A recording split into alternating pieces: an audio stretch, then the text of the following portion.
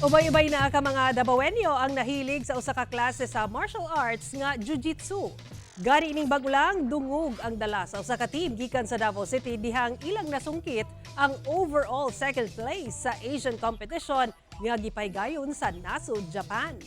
Ato silang ilailahon og atong sayron kung unsa nga klase sa martial arts ang Jiu Jitsu pinaagi ni Argel Relator.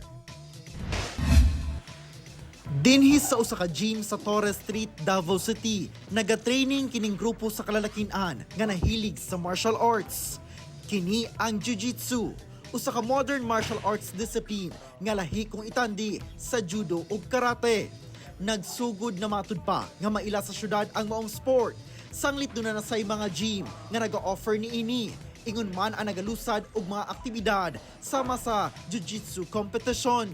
So Jiu-Jitsu is a grappling-based sport which is involving submitting your opponent and or making sure that they are under your control for the duration of a 5 to 6 minute match. Dili lamang kini usa ka physical activity, sanglit ginatudlo sa maong sport ang disiplina, ingon man pagdiskubre sa kaugalingong abilidad. Jiu-Jitsu is a very inclusive sport. Children as early as 6 to 8 years old can start with it, and people as elderly as in their 50s and 60s also have been competing in Jiu-Jitsu nationally. And also, it is not just limited to men. Jiu-Jitsu has a very prominent following of women as well. Gani ang ilang head coach nga si Dwight. 12 anyos pa lang daw, nagsugod na og training og Jiu-Jitsu. For me, Jiu-Jitsu is not anymore a sport. It's a lifestyle for me. When I started training Jiu-Jitsu, I just wanted to be thin because I'm a chubby kid when I was a kid. So it changed my life, my lifestyle. I became more healthy. Kung itandi sa uban, ning bag-ulang nakahiligan sa teammate nilang si Val ang Jiu-Jitsu. Nagsugod yung kong Jiu-Jitsu kay gusto kong healthy gapon ko pag dako sa kong anak. Kay ako apod sa karon after years of doing this, nagsugod na pud akong anak ng Jiu-Jitsu and I wanna keep doing it for health reasons.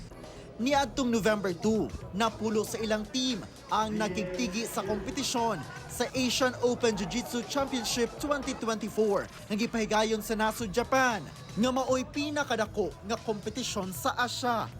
Ug ang matag usa kanila, medalya ang pasalubong sa nasud. Pinaagi silang nasungkit nga mga medalya na uli sa grupo ang second place overall team. My division, I fought a Japanese-Brazilian brown belt. It's based in Japan. So thankfully, during the match, I lead most of the time. Then last 2 minutes, I think I submitted him with a cross choke, which is my favorite choke that I have prepared for years. In my division, ang kalaban ko una kay Korean sa open weight, kay kalaban ko China o isa ka Japanese. Kusgan jud sila, sir. Bali, gwapo ni nga test sa among team kay makita na mo how we stack up against international level competition ba. Busa sa mga gusto og luwas apan fun nga sport ug makaangkon ug maayong panglawas og disiplina, mamahimong sulayan ang Jiu-Jitsu. Kauban si Mature Awing sa kamera. Ako si Argel Relator. 1 Mindanao.